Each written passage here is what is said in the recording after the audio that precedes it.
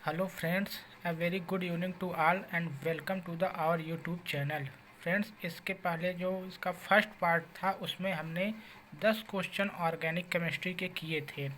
अब next part जो हमारा पार्ट सेकंड है उसमें हम जो रेस्ट ऑफ द क्वेश्चन है, मतलब जो क्वेश्चन बचे हुए हैं उनको हम देखेंगे। हमारा जो 11 नंबर का क्वेश्चन था वो कुछ एलिमिनेशन रिएक्शन से था। उसमें हमारा सबस्ट्रेट दे रखा था कुछ इस प्रकार का था। हाँ, क्या था? 2R 3R 2R 3R 2 bromo 3 methyl pentane इसको पहले हमें क्या 2R 3R इसको हमें बनाना पड़ेगा। पहले नॉर्मल चेन पेंटेन देखते हैं। 1 2 3 4 5 कार्बन एटम की जो हो गई नॉर्मल चेन पेंटेन की। उसके बाद हमें यहाँ पे ब्रोमीन को एबव से लगाना है और मेथिल को एबव से लगाना है। अब यहाँ हाइड्रोजन हमारा जो होगा वो बिलो जाएगा, यहाँ भी जो हमारा हाइड्रोजन होगा वो बिलो जाएगा। अब इसका जो रिएक्शन है वो NaOET बेस से कराया गया है। अब इस कंडीशन में हमारा यहाँ क्या होगा? इस कंडीशन में हमारा यहाँ क्या होना है? एंटी एलिमिनेशन होना है। एंटी एलिमिनेशन होना है जिसमें हमारा जो ये ब्रोमीन एटम है और जो हमारा हाइड्रोजन है उनको हमें क्या रखना है? 180 डिग्री एंगल पे रखना है, एंटी पेरीप्लेनर रिलेशन में बनाना है। पहले हम इसको चेक करते हैं कि ये 2 और 3R ये जो रिएक्टेंट दिया हुआ है वो है कि नहीं है। तो इसकी नेमिंग के लिए हम क्या RS सिस्टम अप्लाई करते हैं। उसमें जो हायर एटॉमिक नंबर होते हैं उनको हम क्या देते हैं? फर्स्ट प्रेफरेंस देते हैं। तो वहाँ ब्रोमीन है, यहाँ कायरल सेंटर है, 2 कायरल सेंटर दिया हुआ है, यहीं से नेमिंग करेंगे। यहाँ पे हमारा ब्रोमीन है, यहाँ पे कार्बन है, यहाँ पे कार्बन है, तो ब्रोमीन क्या होगा? यहाँ फर्स्ट हो जाएगा। अब यहाँ एक कार्बन है, यहाँ कार्बन है, ये क्या है? एक कार्बन, दो कार्बन से एक कार्बन जुड़ा हुआ है, तो ये सेकेंड हम इसको देंगे। फिर थर्ड हम इस वाले कार्बन को देंगे, फोर्थ हाइड्रोजन को देंगे। अब नेमिंग के लिए क्या करना है हमको? ये जो वी शेप, उल्टा वी शेप बन रहा है, इसको हमको क्या रखना है? प्लेन पे रखना है। जो लेफ़्ट दिख रहा है ग्रुप उसको लेफ़्ट और जो राइट दिख रहा है उसको राइट। जैसे उसको हम इस तरीके से रखेंगे। जो 3 है हमारा लेफ़्ट साइड पे है, 2 हमारा जो है राइट साइड पे है। अब इसमें जो एबव पे होता है उसको हम क्या करते हैं? ये वर्टिकल लाइन, हॉरिजॉन्टल लाइन ये हो गया, वर्टिकल लाइन के हम इसको टॉप पे रखते हैं। 1 को टॉप पे रखें और जो बिलो होगा उसको हम क्या रखेंगे? वर्टिकल लाइन के बॉटम पे रखेंगे। अब हम क्या करेंगे? 1 से 3 तक जाएंगे, फिर देखेंगे ये क्लॉक वाइज हो रहा है, क्लॉक वाइज हो रहा है, इसका मतलब ये क्या हो जाएगा? R हो जाएगा। सिमिलरली इसी प्रकार से इसका हम नेमिंग करेंगे। यहाँ पे क्या है हमारा? कार्बन कार्बन कार्बन, ये कार्बन क्या हुआ है? ब्रोमीन से अटैच्ड है, तो इसकी प्रायोरिटी क्या हो जाएगी? ज़्यादा हो जाएगी, तो इसको हम 1 मार्क कर देते हैं। फिर नेक्स्ट कार्बन पे जाते हैं, यहाँ कार्बन पे आते हैं, यहाँ एक कार्बन है, यहाँ कार्बन है, इसके बाद भी यहाँ क्या है? कार्बन है, तो सेकेंड इसको हम देंगे, फिर थर्ड इसको देंगे, फोर्थ इसको देंगे। अब हम इस साइड से देखेंगे, वी साइड से देखेंगे, तो अगर हम इधर से व्यू करेंगे, इस साइड से व्यू करेंगे हम, तो हमारा जो 1 है ये राइट में आएगा, 2 है ये लेफ्ट में जाएगा, 3 जो है एबव आएगा, 4 जो है बिलो जाएगा। अब नेमिंग करेंगे तो ये भी क्या हो जाएगा? R हो जाएगा। इसका मतलब हमारा ये जो बना है 2R 3R सही बना है। अब इसको हम फिर से बना लेते हैं। ब्रोमीन यहाँ हो जाएगा, यहाँ मेथिल हो जाएगा, यहाँ हाइड्रोजन, यहाँ हाइड्रोजन। अब हमको क्या करना है, रोटेट करना है। रोटेट करके ब्रोमीन और हाइड्रोजन को क्या करना है, एंटी करना है कुछ इस तरीके से। ब्रोमीन यहाँ हो जाएगा और यहाँ पे हाइड्रोजन हो जाएगा। जब हम रोटेट करेंगे तो देखेंगे कि यम्मी जो है वो यहाँ एबव चला जाएगा, हाइड्रोजन यहाँ बिलो आ जाएगा, और यहाँ जो एथिल ग्रुप है वो बिलो जाएगा और यम्मी जो है वो एबव आएगा। अब यहाँ क्या होगा, NaOH जो होगा बेस, वो यहाँ से हाइड्रोजन को अब्स्ट्रैक्ट करेगा, हाइड्रोजन यहाँ रिमूव होगा, ब्रोमीन यहाँ से निकल जाएगा, तो हमारा एल्कीन बन जाएगा। एल्कीन बनेगा, उसमें हमारा मेथिल मेथिल सेम साइड होंगे, मेथिल मेथिल हमने सेम साइड लगा दिया। उसके बाद यहाँ हाइड्रोजन, यहाँ एथिल ग्रुप, तो ये क्या हो जाएगी हमारी जो एल्कीन बन रही है 1 2 1 2 2 2 1 1 क्या है, ये आपस में ट्रांस है, ट्रांस है, तो ये किस प्रकार का एल्कीन हो जाएगा, ई अल्कीन बन जाएगा यहाँ पे फाइनल प्रोडक्ट हमारा। उसके बाद हमारा जो नेक्स्ट क्वेश्चन है 12 क्वेश्चन। 12 क्वेश्चन में काफ़ी बढ़िया क्वेश्चन था ये। इसमें कुछ इस तरीके का सबस्ट्रेट दे रखा था, OH लगा था यहाँ पे डबल बॉन्ड, इसकी रिएक्शन जो है 2 इक्विवेलेंट KNH2 जो कि बेस है से कराया गया था। अब यहाँ फर्स्ट इक्विवेलेंट जो होगा वो क्या करेगा, मोस्ट एसिडिक हाइड्रोजन जो है उसको अब्स्ट्रैक्ट करेगा। तो यहाँ और यहाँ पे सबसे ज़्यादा मोस्ट एसिडिक हाइड्रोजन कौन है, हाइड्रोजन है, क्योंकि ये मोर इलेक्ट्रोनेगेटिव ऑक्सीजन से अटैच्ड है, जबकि ये वाला हाइड्रोजन कार्बन से अटैच्ड है। तो पहला इक्विवेलेंट जो होगा वो इस हाइड्रोजन को रिमूव करेगा, और जो सेकेंड इक्विवेलेंट है वो क्या करेगा, यहाँ से इस हाइड्रोजन को अटैच करेगा, ये हाइड्रोजन यहाँ से निकलेगा और ये बॉन्ड इस तरीके से ब्रेक होगा। हेलो, और हमारा क्या बनेगा, कुछ इस तरीके से बन जाएगा। हाँ बोलिए, चलो। यहाँ पे O-, यहाँ पे डबल बॉन्ड आ जाएगा। उसके बाद जो हमारा नेक्स्ट दे रखा था NBuBr करके था, तो यहाँ पे एक रूल होता है कि जो आयन पहले फॉर्म होता है वो पहले रिएक्ट नहीं करता है, वो क्या होता है, बाद में रिएक्ट करता है। मतलब कह सकते हैं कि जो आयन लास्ट में फॉर्म होता है वो पहले रिएक्ट करता है, मतलब जिसकी रिएक्टिविटी ज़्यादा होती है उसकी सेलेक्टिविटी कम होती है। तो यहाँ पे क्या हो जाएगा, O- यहाँ से पहले मतलब यहाँ से जो मोस्ट एसिडिक हाइड्रोजन था वो क्या था, पहले निकला हुआ था, और यहाँ से जो है मोस्ट एसिडिक हाइड्रोजन था वो बाद में निकला हुआ था। तो इसका मतलब हमारा जो अटैक होना है यहाँ पे वो यहाँ से ना होके वो यहाँ से होगा। तो ये ऑक्सीजन यहाँ बैक हुआ और ये यहाँ पे अटैक किया और इसको यहाँ से रिमूव किया, तो हमारा क्या बन जाएगा, कुछ इस तरीके का। यहाँ पे डबल बॉन्ड हो आ जाएगा, यहाँ पे मेथिल, अब यहाँ पे NBu हम लगा देते हैं, NBu बन जाएगा, और यहाँ पे O- एज इट इज। उसके बाद हमारा क्या दे रखा था, एक्वस NaOH दे रखा था। एक्वस NaOH का देगा, H+ देगा, H+ देगा तो O- क्या करेगा, इसको अब्स्ट्रैक्ट कर लेगा, अब्स्ट्रैक्ट करके क्या बना लेगा, डबल बॉन्ड O, यहाँ पे OH आ जाएगा, और ये methyl group, AN butyl group.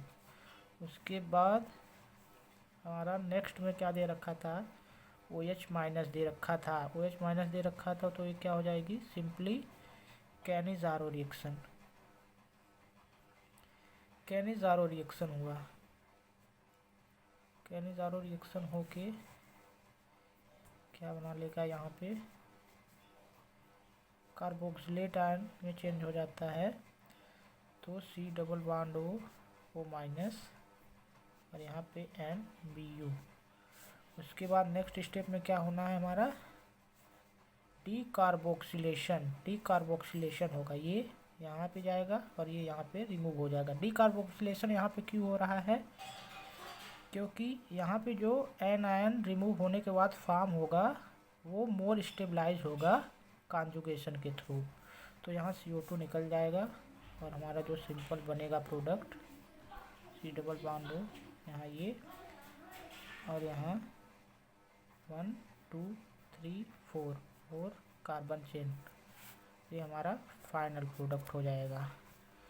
उसके बाद हमारा नेक्स्ट जो क्वेश्चन है, क्वेश्चन नंबर कौन सा है, 13, क्वेश्चन नंबर 13। क्वेश्चन नंबर 13 में हमें बताना था कि हमारा जो क्या बताना था इसमें, order of reaction for alkaline hydrolysis का आर्डर बताना था, और हमको कुछ 3 एग्जाम्पल दे रखा था। यहाँ पे CONH2 था, CONH2 था और यहाँ पे टर्शरी ब्यूटाइल ग्रुप था, ये फर्स्ट था। सेकंड जो है वो CO2Me और यहाँ पे टर्शरी ब्यूटाइल, और थर्ड में जो है, थर्ड में CO2 एबव से दिखाया था, CO2Me एबव से दिखाया था, टर्शरी ब्यूटाइल जो है वो भी एबव से ही था। अब इसको एल्कलाइन हाइड्रोलिसिस का रेट चेक करने के लिए हम इसको क्या करेंगे, सिंपल चेयर फॉर्म में कन्वर्ट करेंगे। चेयर फॉर्म में जब कन्वर्ट करेंगे तो कुछ इस तरीके का दिखाएंगे हम। इसमें क्या है, ये एमाइड ग्रुप ऊपर की तरफ बना हुआ है, एबव रखेंगे NH2, और ये टर्शरी ब्यूटाइल ग्रुप भी क्या है, एबव की तरफ है। अब इसमें भी ये एस्टर ग्रुप कहाँ है, नीचे की साइड है, नीचे की साइड लगा हुआ है, हाइड्रोजन यहाँ एबव, यहाँ hydrogen below, C double bond O Me। अब यहाँ tertiary butyl group still above है। अब यहाँ पे CO2Me एबव साइड लगा है, CO2Me एबव है, और यहाँ पे ये क्या है, बिलो है। अब हम जानते हैं कि जो एमाइड होता है वो लेस रिएक्टिव होता है एस्टर के कंपेयर में। ऐसा क्यों होता है, C डबल बॉन्ड O में, क्योंकि जो यहाँ नाइट्रोजन के पास जो लोन पेयर ऑफ इलेक्ट्रॉन होता है वो मोर डीलोकलाइज होता है, कंपेयर टू ऑक्सीजन के।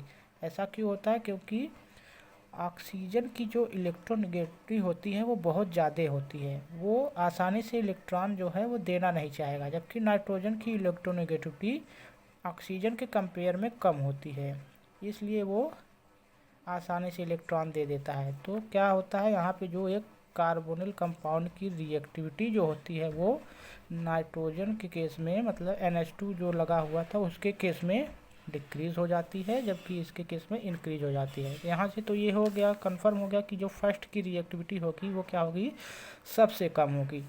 अब इसमें क्या होता है, एल्कलाइन हाइड्रोलिसिस जब OH माइनस यहाँ पे अटैक करेगा और ये कुछ इस तरीके से ब्रेक होगा, तो हमारा जो ट्रांजिशन स्टेट फॉर्म होता है टेट्राहेड्रल टाइप का OMeOH, वो क्या होता है, मोस्ट स्टेबल होता है, क्योंकि यहाँ पे 1,3 जो डाई एक्सियल इंट्रैक्शन होता है, ये हाइड्रोजन का जो इंट्रैक्शन होता है वो इससे नहीं हो पाता है, क्योंकि ये इक्वेटोरियल पे आ जाता है। जबकि इस वाले केस में क्या होगा, जब OH माइनस अटैक करेगा यहाँ पे, तो हमारा जो इंटरमीडिएट बनेगा O minus OH, O minus OH OMe, वो क्या होगा 1,3 डाई, इससे जो ये हमारा ये जो ग्रुप होगा वो इन दोनों हाइड्रोजन के साथ 1,3 डाई एक्सियल इंट्रैक्शन शो करेगा, जिसकी वजह से क्या हो जाएगा, इसका रेट जो होगा इसके कंपेयर में कम हो जाएगा। तो जो हमारा फाइनल रेट बन के आएगा वो सेकेंड, थर्ड, उसके बाद फर्स्ट, ये हमारा रेट हो जाएगा। उसके बाद जो हमारा अगला क्वेश्चन था उसमें हमको लीस्ट एसिडिक बताना था, लीस्ट एसिडिक हाइड्रोजन कौन सा होगा।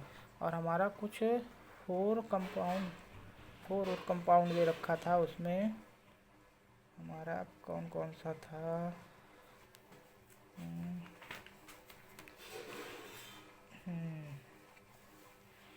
उसमें हमारा एक अल्काइन था और 2 से 3 एस्टर ग्रुप थे। उसमें कहाँ गया एग्जाम्पल,